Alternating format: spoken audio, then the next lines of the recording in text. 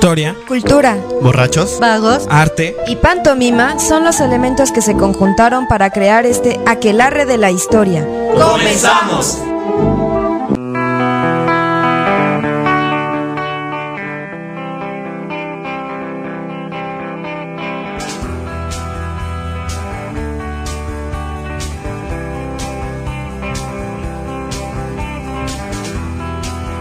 Aquelarreanos, bienvenidos una vez más a su aquelarre de la historia. Hoy me acompañan nuevamente en cabina su pilote, Barry. Hola. Y nuestro querido Celestino, que está en controles. Hola. Y bueno, Miau, pues sigue trabajo de campo. Ahora los mandamos a hacer una investigación ardua sobre cine, porque en el tema de hoy vamos a hablar sobre el cine a principios del siglo XX. Perfecto, nuestras redes sociales son... Disculpen, chicos. Nuestras redes sociales son en Twitter, aquelarre_h, en Facebook, ya saben, aquelarre de la historia, y en Gmail nos pueden encontrar como aquelarre de la historia. Órale. Y bueno, sí, y bueno, Parry, más o menos como de qué vamos a ir hablando. Bueno, el programa va a estar dividido como siempre en 3 bloques. En el primero trataremos los antecedentes del cine, ya saben, la fotografía y demás. Ahorita ahondaremos. Nuestro segundo bloque ya entraremos al cine como tal, al cine mudo, al cine sonoro y al cine a color. Y terminaremos hablando sobre el cine como medio político y social, ¿no? Su efecto que tuvo. Qué bonito, gracias. Y bueno, ¿qué entendemos por cine? ¿O qué es el cine? ¿Cómo fue que nació el cine? ¿Alguien me puede responder esa pregunta? El cine es a donde invitas a las muchachas. Dijiste que es el cine, ¿no? Bueno, no las cadenas de cine, sino me refiero a, ¿cómo se llama? A lo que se llama como séptimo arte. Pues el cinematógrafo, en pocas palabras se puede decir que es la proyección de fotogramas, o sea, de fotos, para crear esta impresión de movimiento. En un principio, ¿no? ¿Cómo? Bueno, sí, en un principio. Pero, o sea, Sí, este es un programa de historia, ¿no? Hasta donde yo entiendo. Ponte seria. Disculpen ustedes. Acá vi Logan y no puedo con el show. No andes dando spoilers ahorita. Fíjate. Bueno, creo que el antecedente más importante del cine, del cinematógrafo, pues es la fotografía, ¿no? Uh-huh. Que pues yo creo que sin estas primeras técnicas de captura de la imagen, pues no estaríamos haciendo nada, o no estaríamos hablando de esto, ni nos estarían viendo en el YouTube. Pero bueno, precisamente tomando este antecedente de la técnica de la fotografía, ya a finales del siglo XIX, bueno, primero con el invento de Edison, el kinetoscopio, pues se trató de hacer como las primeras capturas de imagen, pero no que fueran estáticas, sino que estuvieran en movimiento.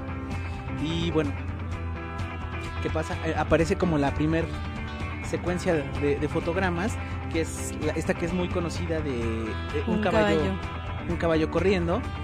Pero bueno, eran como experiencias que podían tenerse individualmente, porque la máquina del kinetoscopio te ofrecía la posibilidad de que te metieras de que pusieras tu cara el ojo en un pequeño edificio donde se veía la imagen, donde se reproducía.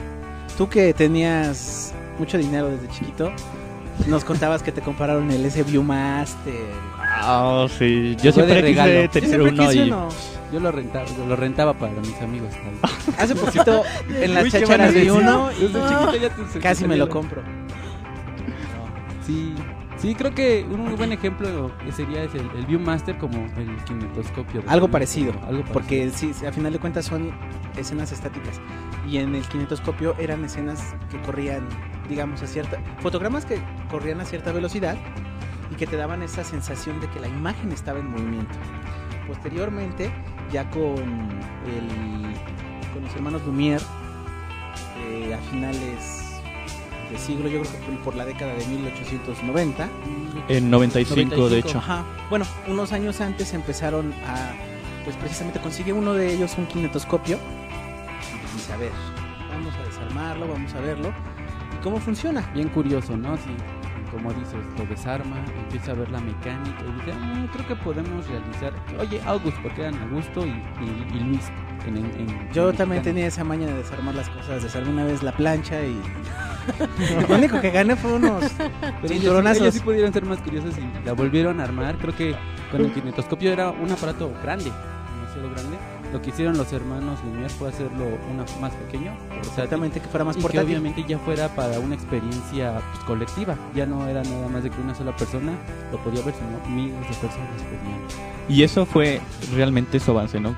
Que ya no fuera una experiencia individual, sino que fuera colectiva y todos pudieran sentir pues esto de ver algo en movimiento, que quizás nunca habían tenido la posibilidad de estar en esos lugares, ¿no? Pues exactamente, más que el hecho de ver algo en movimiento era la posibilidad de tener la experiencia de ver cosas que a lo mejor no podías de acuerdo al lugar en el que te encontrabas. Sí. A lo mejor había gente que vivía lejos del mar y no podía ver el amanecer en el mar, y esto fue como una de las posibilidades que se abrió. Sí, claro, pero en ese sentido creo que sí es el movimiento, porque ya existía la fotografía, ya podías tener la imagen del mar, pero no el movimiento y este sentimiento de realidad, ¿no? Entonces en ese sentido yo creo que sí es importante eso, el movimiento, y que te da esa sensación de realidad, ¿no? Cosa que no lo consigues totalmente con una fotografía. Y bueno, precisamente, incluso creo que el valor del cinematógrafo reside en el hecho de que pues ya había otras técnicas, como por ejemplo la cámara oscura, la linterna mágica, que se proyectaba en lugares cerrados, pero que únicamente pues te ofrecía la posibilidad de ver una fotografía de un edificio, de un paisaje, de alguna otra parte. Pero con el cinematógrafo ya era como, pues de alguna forma para la época, como poder estar ahí. Sí, eran experiencias, bueno, algo que tú retomas, ¿no? O sea, una persona que no puede viajar, no puede salir mucho, ya ver estas imágenes y con movimiento eran algo increíbles para ellos. Además estamos diciendo que el cinematógrafo para ese entonces pues era un espectáculo que se podía ver en ferias, y era barato y era popular y era un precio muy fácil, accesible al público. Eso mismo pasó hace poco tiempo, cuando ahí en la casa de Parra llegó el internet. Ya lo habían conocido en esa realidad digital que hacen en el Zócalo. Ahora que imagínate, continúa. Y bueno, pero este sentido de realidad es muy interesante, o sea, y seguramente es muy conocido. Esta imagen que proyectan del tren llegando y la gente realmente cree que los va a aplastar, muestra ese cambio que se está dando de la fotografía a la imagen en movimiento. Y una experiencia nunca antes vivida, o sea, que realmente les hizo creer que esto, sin el sonido no, porque no existía esta experiencia ya con sonido, solo la imagen, realmente los iba a matar, ¿no? Así. Además de que, bueno, actualmente lo vemos y nos parece pues como que de lo más simple, de muy mala calidad, pero la innovación que fue para ese momento pues precisamente era como el chocar de frente con la realidad de lo que tenías alrededor y lo que te podía ofrecer esa proyección. Como bien dices, en las primeras funciones hubo gente que salió corriendo cuando estaba por acercarse al tren, porque pensaban que iba a salir de la pantalla y pues les iba a aplastar. Entonces era su 3D. Exactamente. Ahora, también hay que señalar, era un tiempo de hacer proyecciones en blanco y negro, no tenía sonido, a lo mucho los que digamos tenían como más presupuesto hacían uso de orquestas para musicalizar, pero bueno, eso lo vemos un poco más adelante. Y lo que hicieron fue el 28 de diciembre, ¿no? Que los hermanos... Diciembre de 1895. Es la primera Salón proyección. El Gran Café de París.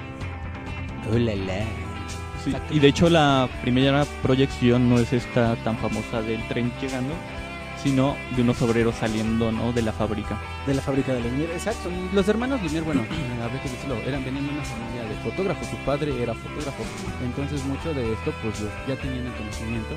De esos fotógrafos como los que había antes en el Zócalo, que salías con las palmitas. No, nunca te tocó con los que estaban ahí con la botarga del caballo y el burrito sentado. Y el Barney deforme. No, eso no. Pero bueno. Bueno, Dime. antes de cerrar el bloque, creo que también se tendría que decir que al momento se dan cuenta que puede ser un gran negocio, ¿no? Sobre todo porque, o sea, por las grandes posibilidades que le da, pero porque son producciones muy baratas, ¿no? Entonces, en ese sentido, también es interesante que desde un principio surge como un negocio. Ya después se le va a dar otros matices, pero en un principio sí se le puede ver, le ven estas posibilidades que les dan, ¿no? Porque con muy poco pueden obtener muchas ganancias. Y hablando precisamente de negocios, pues vamos a un comercial cinematográfico que nos hace llegar la agencia publicitaria de Miau. Miau Production. Vamos a escucharlo y de ahí vamos a un poco de música y luego continuamos, ¿no?, con nuestro segundo bloque. Sí.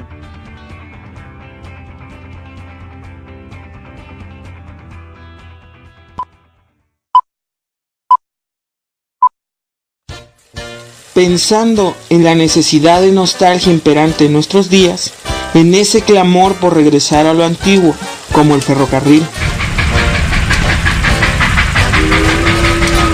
la música de los años 20 y el Atari,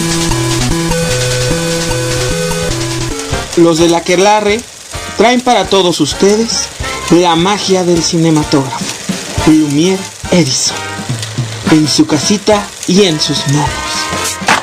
Así como lo escucharon, por primera vez y en exclusiva, podrán ver ese video de don Porfirio Díaz, sí, de don Porfis, inaugurando el hemiciclo Juárez con horas y horas llenas de silencio para tu diversión. Surreal.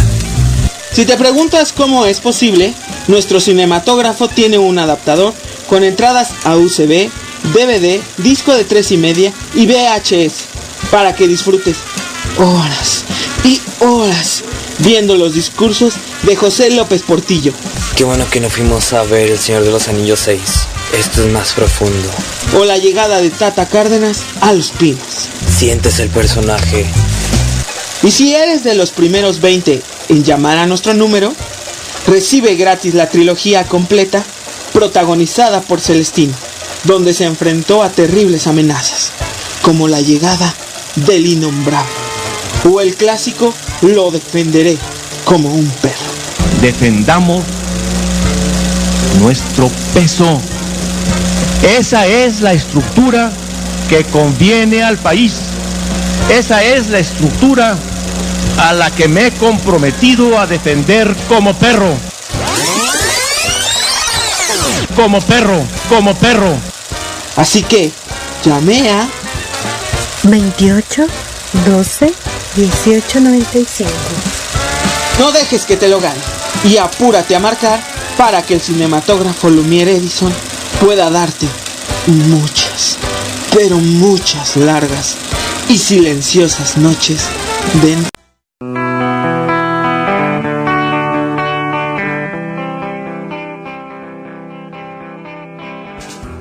¿Qué canción fue? Bueno, Bueno, estábamos hablando precisamente como de ya una vez que cuando empezaba a verse el negocio del cine, ¿no? ¿Quién fue como el gran, ¿cómo decirlo? Emprendedor, precursor de ese cine ya más construido a partir de las secuencias y que ya no eran nada más vamos a pasar como pasa el camión aquí en Indios Verdes. Sí, Sino ya una historia concreta, un guión, como se hacía, por ejemplo, hasta ese momento nada más en el teatro. tenemos primero que, como bien dices, con los hermanos Lumière nada más eran cintas de 1 minuto o menos. no es una Entonces, cadena y- ok. Continúa. Publicidad sin fondo. Publicidad sin fondo que ya está muerto, ya no existe. Pero bueno, retomando. Los Lumière nada más hacían películas que duraban nada más 30 segundos o un minuto. Entonces, con esto va a empezar a que mucha gente ya una vez que ve se va a impresionar y va a empezar a gastar o a invertir para conseguirse de un proyector, un cinematógrafo. Entre ellos está, como bien dices, Georges Méliès. Georges Méliès. O sea, le puso un propio trayectoria. Georges Méliès fue una de las primeras personas que entraron al Salón Indio. Y pues igual se sorprendieron, se impactaron y dijeron, pues de aquí puedo sacar para hacer... Sobre todo porque puedo aprovecharlo, ¿no? Puedo aprovecharlo. Él tenía conocimientos en esto de la farándula y el ilusionismo, y ya sabía más o menos cómo tratar de convencer a la gente, cómo atraerla, hacer atractivo esto. Entonces lo que hace es invierte para un proyector, también consigue un teatro, y en ese teatro va a empezar a realizar varias películas. Una muy famosa que muchos pueden ver la imagen en calles, en cualquier lado, es la de... ¿Aquí afuera? Sí, bueno. ¿Sí? Pues es que es una imagen ya muy icónica. Icónica, pero no es que cualquiera lo pueda. No es que vayas ver aquí al baño y en la puerta va a estar dibujada. Bueno, pero sí, de las demás icónicas es Viaje a la Luna. Ahí donde el cohete le pica el ojo a la luna. Claro. Sí. Claro, esa. Dinos, mija. Continúa. Pues, no, yo de chiquita pensaba era ¿cómo se llama? Telescopio, y decía, y me preguntaba, ¿no? ¿Por qué una luna está viendo en un telescopio? Y sí, no, bueno, así como yo lo estoy diciendo que era chiquita, imagínense en 1900, como 1902, ¿cómo era eso, no? O sea, sí. Más o menos. No, porque se jugaba con esto que de la imaginación, o sea, tú creer que ese tipo de cosas puedan suceder en esa época, ver a la luna, esos viajes hacia la luna, o sea, también fue algo como wow, lo último en el momento, sí, y que estaba al alcance de la gente, es lo interesante. Sí, desde muy temprano se empezó a explorar la ciencia ficción, ¿no? Y este es un claro ejemplo. Cómo estas personas están imaginando que va a ser en un futuro, o los avances tecnológicos que se van a tener, ¿no? Que incluso ya se va a poder llegar a la luna y que va a haber, hay marcianitos, bueno, no marcianitos. Selenitas. Sí. Selenitas, ¿no? Entonces también está mostrando mucho de las ideas que traen la población en estos momentos, ¿no? Sí, sobre todo por Julio Verne, ¿no? O sea, también la tipo de la literatura que estaba en boga en ese tiempo. Pero sobre todo también, bueno, como dices, empezaba como tratar de explorar a lo que hasta ese momento era imposible, el viaje a la luna, y no nada más en la perspectiva como de los avances científicos, sino también tratar de explorar un poco en lo que era como más oculto. Empieza, por ejemplo, hay una secuencia de películas que se llaman Los vampiros. Está por allí El gabinete del Dr. Caligari. Okay. Posteriormente, ya en la década de los 20, Nosferatu de Murnau. Y se empieza también como a tratar de acercarse a lo que a la gente le da miedo, ¿no? A tratar de tener esa experiencia con lo oculto, con lo desconocido, más allá de las ciencias. Y obviamente este tipo de cine también llega incluso a ser pues criticado, porque entra en crisis como con esta moral tradicional y religiosa, donde pues todo eso representa el mal, y pues incluso el hecho de representarlo en una película pues es como atentar contra contra ciertos principios sociales. Continuando con otro de los directores también que empezaron a hacer alarde, a llamar la atención, fue Edwin Porter. Edwin Porter, quien fue ayudante y operador de Thomas Alva Edison, de ayudarle a construir el kinetoscopio, pues también él se consigue para un cinematógrafo, y es de las primeras personas en que realiza un montaje en el cine. ¿Cuál fue ese de las primeras cosas, primer montaje que hace? En una película de 1903 que se llama Vida de un bombero americano, donde él utiliza escenas de incendios que pasaron y que los graba, o sea, no fue planeado, no fue recreado, sino de escenas de incendios, y las mezcla con imágenes de bomberos que él mismo toma, que él mismo ya ahora sí las prefabrica. Entonces ahí es cuando empieza a hacer este montaje, por eso mismo se le reconoce. También de otra película que se llama Asalto y robo al tren, también del mismo año, 1903. O sea, montajes como en los que fue visto Parry repartiendo despensas. El Photoshop de entonces. De aquellos tiempos. Imagínate el Photoshop en el cinematógrafo. Pero Claro. creo que aquí lo interesante es mostrar ese cambio que se da en un principio, que solo se muestran los paisajes o lo llegado de algo, allá realmente con contar una historia. Y esto también va a traer una estética, ¿no? Porque todas estas películas que mencionó Celestino están muy marcados por lo gótico, por también la propia exageración al momento de actuar, por lo que ya habíamos dicho, que es un cine mudo, ¿no? Entonces es un lenguaje diferente. Y eso es bien interesante. Y hay que entenderlo de esa manera. Porque nos puede parecer chistoso, ¿no? Esa exageración que existe, pero es por lo mismo, ¿no? Para entenderlo, ¿no? Sí, y porque también está un poco marcado por el teatro. Claro, para algunos decían, pues es que el cine es, ¿cómo se llama? Es una obra de teatro. Es un teatro filmado, más bien. Y de hecho, bueno, a mí me parece una película bonita y padre, la de La vida de Hugo. ¿Víctor Hugo? No. Hugo. La de... La vida de Hugo. Bueno, que es Carmen un Hugo. homenaje a George Méliès, ¿no? Que recrea esta parte y es muy bonita, ¿no? Bueno, pero también esto que decíamos de que el cine mudo, ya cuando entra el sonido, pues también va a ser una revolución, porque también va a romper la estructura, la propia estructura que tenían las películas anteriores, ¿no? Sí, conforme va avanzando esta estructuración, primero de la argumentación de un guión dentro de las películas, a diferencia del teatro que ibas a un lugar cerrado y ahí ocurría toda la acción, ahora con el cine se abría como la posibilidad de poder ver escenas en edificios, en las calles, en parques, en diferentes lugares. Y como dices, primero era como esta parte muda que se ayudaba con pequeñas ahí... efectos. No, efectos no. Como con Montajes. Montajes con diálogos para que sí, fueras claro. entendiendo un poco de qué era lo que iban diciendo o cómo se iba construyendo la historia. También estaba la parte de las orquestas, como decíamos hace un rato. Con George Que- Méliès, quien empieza Ajá. con una vez que tiene un teatro y dice, pues vamos a necesitar poner un poco de sonido para ambientación, él consigue también se financia Y una también hay orquesta. un personaje que está explicando también la película.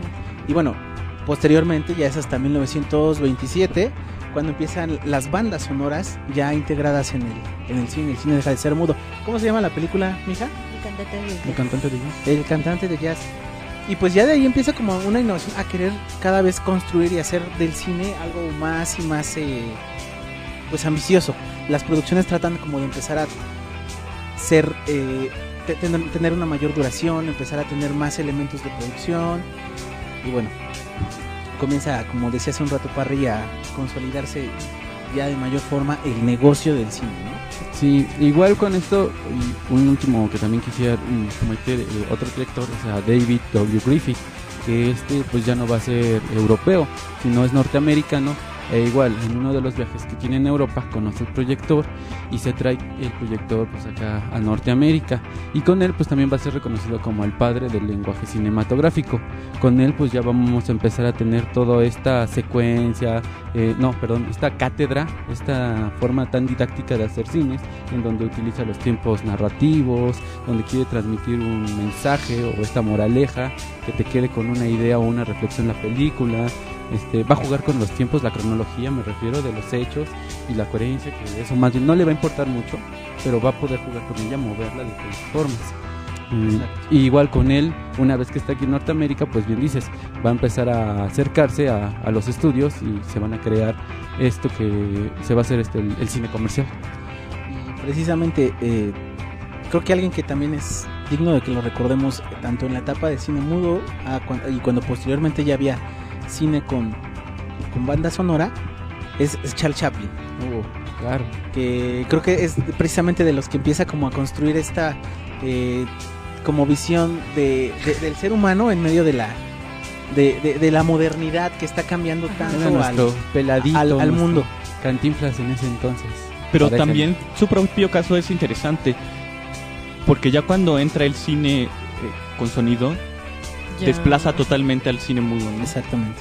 Y Chaplin, que era el gran exponente, también en algún momento se ve obligado a utilizar su voz, ¿no?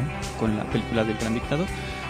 Pero también muestra ese quiebre que se está dando. También las innovaciones están acabando con un cierto tipo de cine, ¿no? Y se va relevando. Y las innovaciones creo que al final de cuentas empiezan a darse pues de forma muy rápida. Decíamos, el inicio de la proyección de cinematógrafo en 1895. Posteriormente, el inicio de la banda sonora en 1927. Pero creo que también pocos años después, a pesar de que desde principios de siglo ya existía la fotografía a color, en 1935 empieza a hacerse las primeras filmaciones que se decían en Technicolor, y que cada vez se van mejorando más con las técnicas como el CinemaScope, que ya dan unas proyecciones cinematográficas de mayores formatos, y que obviamente pues hablan de que hay más presupuesto, de que hay dinero para pagar los costos. Mayor especialización, una industria más grande. Exactamente. Y bueno, es como un... Bueno, sí, como decíamos, es un negocio en constante innovación. Sí, todo eso lo va a entender y a poner en práctica Estados Unidos. Estamos hablando que ahí se realizan los primeros estudios cinematográficos. Universal Studios, Metro Golden. No le hizo igual, pero como que sí olió al león. El Metro venía muy bien, por eso. Pues hay que bañarse. Venía también Hollywood, comienza para entonces una naciente Hollywood que empieza a hacer películas atractivas. ¿Qué otras? Bueno, creo que en su mayoría pueden ser esas las más sobresalientes, ¿no? Porque existen pequeñas, independientes, que poco a poco pues van a empezar a subir o a ser absorbidas en ese tiempo.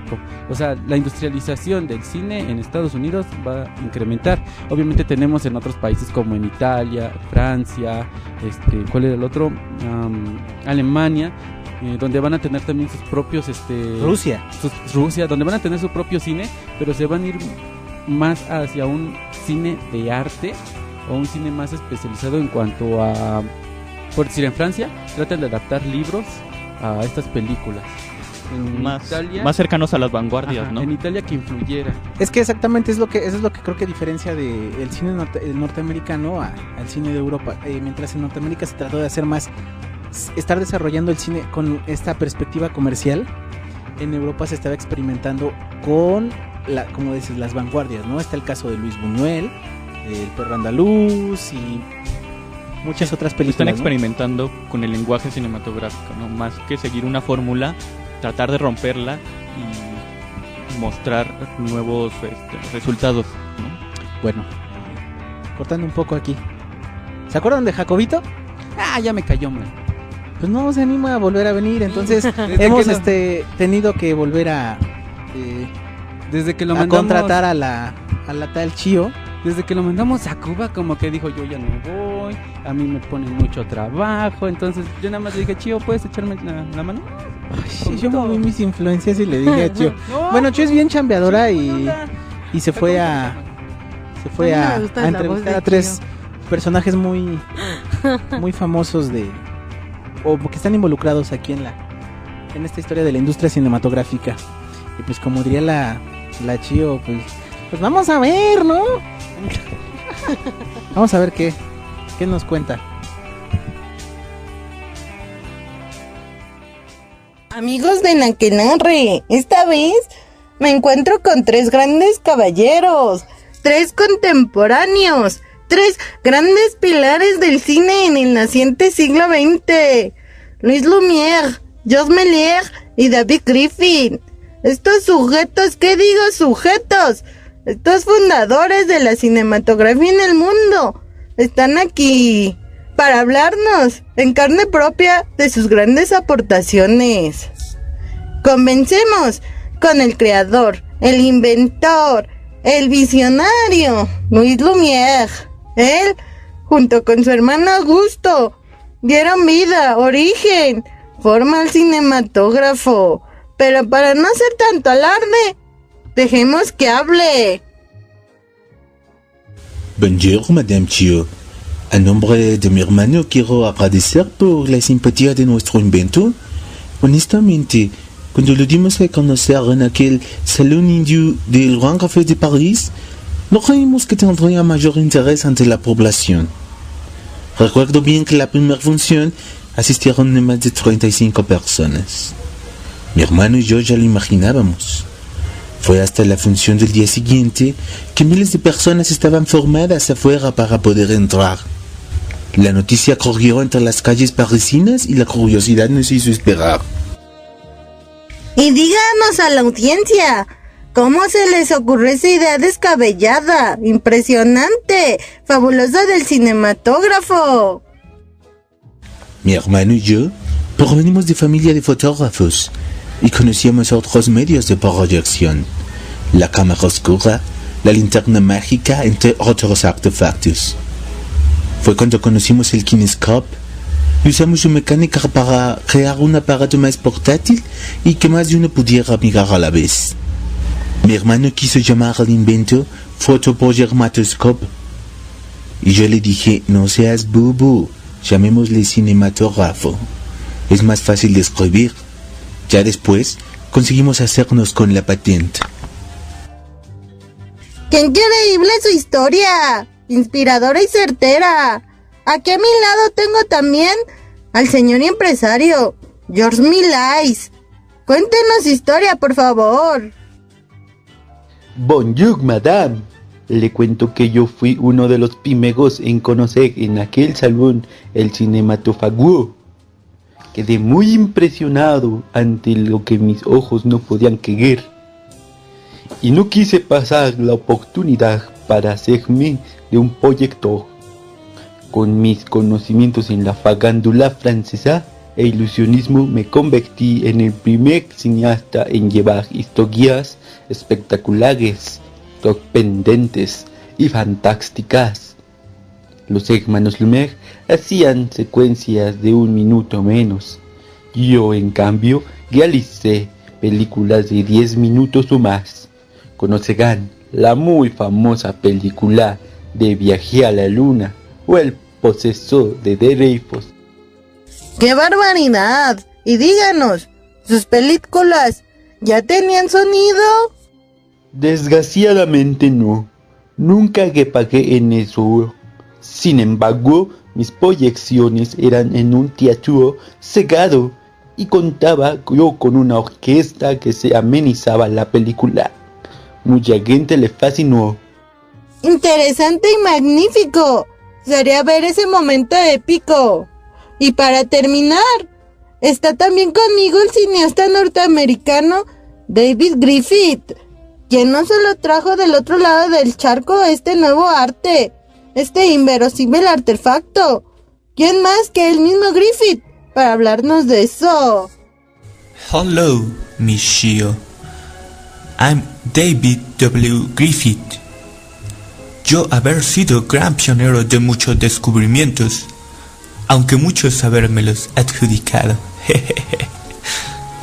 Pero de lo que sí estar seguro es que ser el father del cinematography's language. Utilizar muchas abilities and técnicas para contar best histories. Usar el tiempo narrativo. No importar la cronología de los hechos ni la coherencia, y mejor usar la imagination y transmitir un mensaje con my movies. Now, everyone usa my knowledge para hacer películas. Perpleja, anonadada y entusiasmada me encuentro ahora junto a estos personajazos. Quiero agradecer el espacio que nos dieron para hablarnos de sus aportaciones. De ahora en adelante, el cine lo veré con otra mirada, con otra perspectiva y enfoque. Regresamos con ustedes a la cabina de la Aquelarre. Ahora sí, bolas de convenenciados. Así los querría agarrar. Páguenme las regalías que me deben de mi invento. No se hagan, como dicen los mexicanos, no se hagan guajes.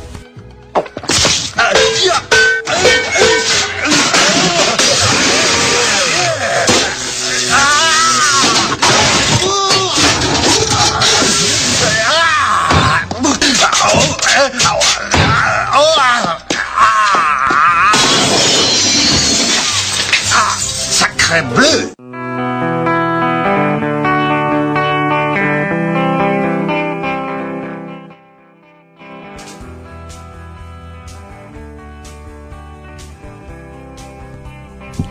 Bueno, regresamos. Bueno, y ¿cómo se llama? Regresamos y ahora hablemos un poquito más ya sobre como más la incidencia social que tenía el cine y sobre todo esta parte de, ustedes estaban hablando de las vanguardias, ¿no? De que hubo artistas que quisieron experimentar con el cine para, ya sea para, no sé, es que, no sé, pues para crear, bueno, en eso crearon nuevas técnicas y en algunos casos como para crear como cierta conciencia o más bien como hacer con cierta propaganda política, ¿no? Como fue el caso de Rusia con la cultura la verdad no me acuerdo de ese término. El Prolet Cult. El Prolet Cult. ¿Y con qué película? Con el apoderado Potemkin. Acorazado. El acorazado Potemkin. Que con el que por supuesto el director Sergei Eisenstein. Disculpen, pero mi ruso está muy mal. Nuestro cuate Sergio. Entonces, bueno, él lo que hace con esto pues es narrar, ¿no? Lo que pasó en 1905 y experimenta con el cine y de hecho hasta llega a crear como movimiento, ¿no? Porque el cine en ese momento, me refiero a, el movimiento moviendo las cámaras, ¿no? ¿Por qué? Porque el cine en ese momento, o sea, estaba las cámaras estaban en un punto fijo y los que se movían eran los actores, el escenario, pero la cámara seguía fija, ¿no? Y lo que él hace precisamente como es, pues estamos hablando de ¿cómo se llama? De balazos y todo esto, pues hacía como el disculpen, estoy bien. Trataba de integrar darle como ciertas perspectivas. Entonces, pues esto es pues cómo empieza a hacerse una nueva técnica, ¿no? Pero además, bueno, esto de que mencionábamos del Prolet Cult tiene que ver con el hecho de que el cine pues precisamente ya estaba tratando de tener una función no nada más del entretenimiento, sino de concientización de la sociedad. Y en este caso la sociedad o los proletarios los proletarios rusos, para hacerlos ver de cuál era la situación de Rusia frente a los gobiernos zaristas y cuáles eran las respuestas que el gobierno daba y que estaba dando en el plano real a las protestas sociales, al descontento no nada más de la gente, sino de muchos cuerpos cercanos al gobierno que más allá de atender las demandas pues eran reprimidos. Y bueno, pues precisamente el Prolet Cult trata como de llamar a la concientización para que la gente esté consciente del espacio en el que vive y de las demandas que quizás son necesarias para mejorar pues la situación en la que se encuentra o las posibles causas de un descontento social. E incluso resaltar al propio proletariado, ¿no? El proletariado como personaje, el hombre de a pie, eso también está marcando el propio discurso, ¿no? Porque en películas anteriores no se le daba mucho peso a esto y este tipo de cine sí es lo que va a intentar, ¿no? También ahí hay una diferencia. Bueno, además de eso, pues ya veníamos diciendo, existe un poco como, además de este cine comercial, también empezaba como a crearse un cine que cuestionaba cuál era el futuro de la humanidad con tantos avances tecnológicos que estaban dándose. Está el caso, por ejemplo, de la película de Metrópoli, claro. Donde obviamente llega un momento en el que es tan automatizado la vida de los seres humanos. Se vuelve una máquina, ¿no? La chica. Hacen una máquina. Hacen una persona. Ay, perdón, ahí no me... En su caso, Chaplin también con tiempos modernos hace como ciertas críticas a cómo se va modernizando la ciudad, el crecimiento, la acumulación, cómo cada vez hay más población, no hay empleo, ese tipo de cosas. Sí, hay como varias, ¿cómo se dice? Películas con esta crítica social, como tú dices. Por ejemplo, también denuncian el fascismo con la película que ya habíamos mencionado, con El Gran Dictador, y también empiezan a retomar como ¿cómo se llama? Empieza a hacerse también el cine empieza a crearse el cine de gángster con todo esto de la Gran Depresión y todo lo que estaba pasando en Estados Unidos. Sí, y bueno, también creo que otro de los usos, sobre todo desde el cine comercial, el cine norteamericano, es que se empieza como a promover el American Way of Life, este modelo de vida donde la familia es la base del éxito, un padre, una madre, y obviamente cómo están teniendo ascenso económico, que se empieza a reflejar en bienes materiales, en automóviles, casas, y que promueve un modelo donde pues prácticamente es como la familia perfecta. Sin embargo, creo que no tarda mucho en salir como la crítica o la contraparte hacia la década de los años 50, con actores como James Dean, esta película de Rebelde sin Causa, está también la película de Al Este del Edén, Blackboard Jungle, donde se empieza a ver que a pesar de que existen digamos espacio donde la clase media está mejorando, está teniendo beneficios para sus hijos, pues no está exenta de tener problemas como la desintegración familiar, el alcoholismo, y que se ve sobre todo, por ejemplo, en películas como la de Rebelde sin Causa. Obviamente pues empieza como este cuestionamiento a ya tengo todo y ahora pues ¿qué me queda hacer, no? Entonces creo que ese es uno de los impactos sociales que empieza a tener. No sé qué otros vean ustedes. Yo también quería un poquito también volver hacia atrás en cuanto a lo que estás diciendo sobre este cine social, a hablar sobre los reportajes, ¿no? Tenemos a una de las personas conocidas como Egon, no sé si lo estoy diciendo bien, Ego Erwinski, conocido como el reportero frenético, donde él empieza a hacer estos reportajes que tienen que ver con esta literatura y representación visual, que eran contenidos con crítica social. Aquí es donde damos paso, bueno, bien dices, hay un cine comercial que trata de llegar a, se basa o tiene como sustento la ciencia ficción, y que obviamente trata de bajar la sensibilidad o este trabajo riguroso del arte y sus valores estéticos para atraer más a este público. Viene ahora, por otro lado tenemos el reportaje, que va a dar pie a crear el cine documental, este cine, como ya dije, de contenido de crítica social, donde pues bueno, una vez que va a ayudar, este cine documental, quiero decir, va a ayudar mucho al periodismo fotográfico, en donde va a ser un avance tecnológico el cine que va a permitir en ese entonces representar una auténtica verdad, digamos entre comillas, porque va a tratar de mirar la realidad a través de la lente de la cámara, que va a llevar a estos reportajes en cuanto a lo que pasa. Ya viene un fascismo, para ese entonces la Primera Guerra Mundial o la Segunda Guerra Mundial. Hablamos que a finales de los 30, por cada británico que compraba el periódico, pues 2 iban y compraban un boleto para el cine para enterarse de lo que pasaba. Es decir, en las películas, antes de que empezaras a ver la función estelar, pues pasaban videos de cómo estaba la situación en distintos países, qué es lo que estaba pasando. Entonces así es como la gente se iba informando. Hay una anécdota muy graciosa en mi familia, porque igual cuando una vez la familia nos fuimos al cine, hace mucho tiempo, precisamente en este cine, antes de empezar la función, pues salían estas noticias, ¿no? De qué es lo que estaba pasando en México o qué pasaba en otros países antes de la función estelar. Y ya cuando terminaban las noticias, pues terminaba la noticia, ya iba a empezar la película estelar, y mis abuelos se levantaban y decían: ya vámonos, hijos, ya se terminó la película. Es que Sopilote no era el cine, tenía una televisión grandota. Pero bueno,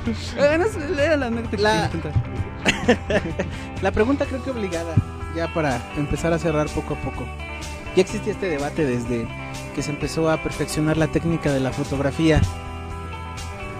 A principios del siglo XX, el cine era arte. Cuéntame, mija. Yo no tuve historia del arte, nunca me gustó la historia del arte. No, pues es que no es Así algo que lo sepas por una clase. Es que no tengo el marco temático. No, pues yo creo que... ¿Cómo se llama? Sí lo es en cuanto a que es una... y sobre... Bueno, yo no lo diría tanto, aunque me vea medio mal, como el de Hollywood, sino más bien precisamente el que estábamos hablando, el que estaba comentando, el de las vanguardias. ¿Por qué? Porque están tratando de crear una conciencia, y para mí el arte particularmente te trata de decir o de provocarte como una reflexión de tu mundo, ¿no? Alrededor. Eso para mí el arte, el cine de vanguardista y eso sí se me hace. ¡Órale! Pues yo creo que habría que también esa pregunta hacerla más o menos ¿cómo dice? Como tú dirías. Hay que verlo desde qué perspectiva me estás diciendo. Ya me vas a imitar.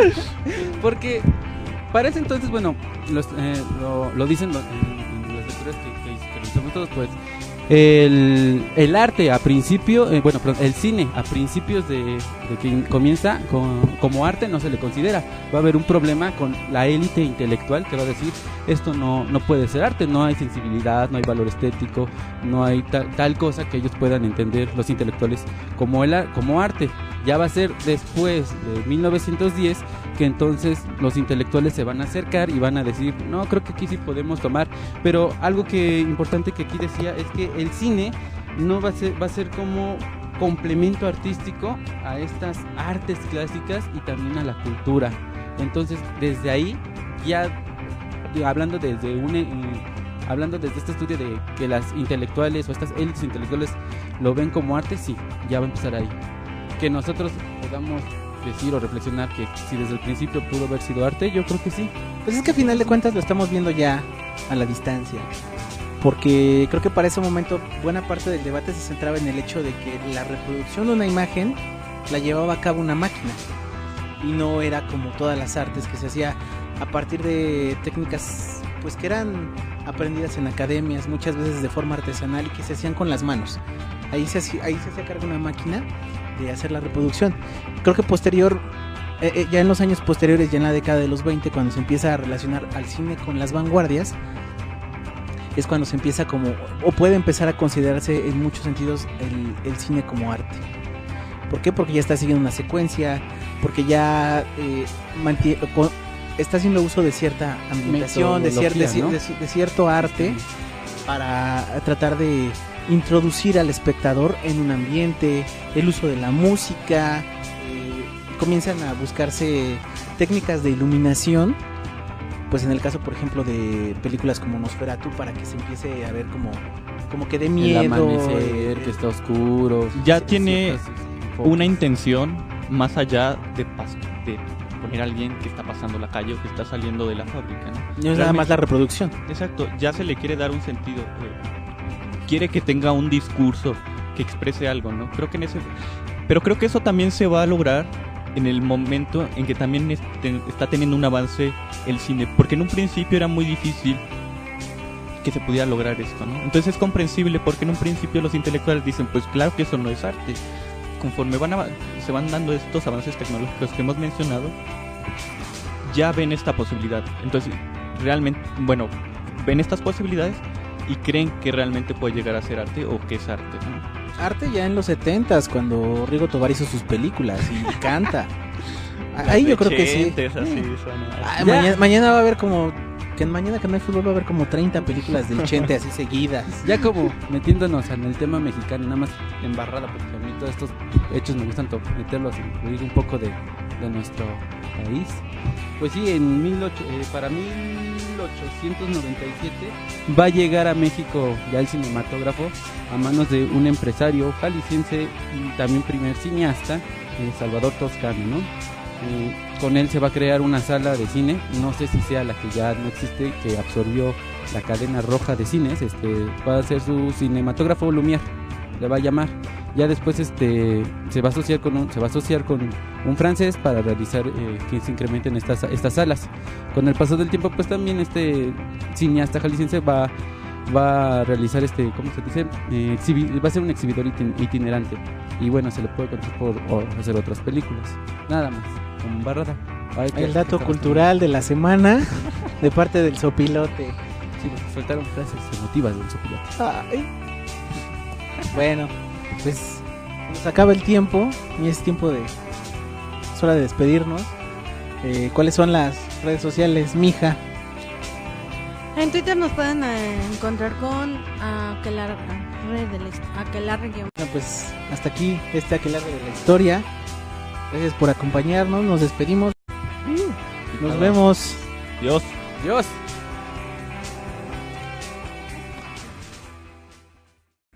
Escucha este y todos nuestros programas por mixcloud.com. El link abajo en la descripción.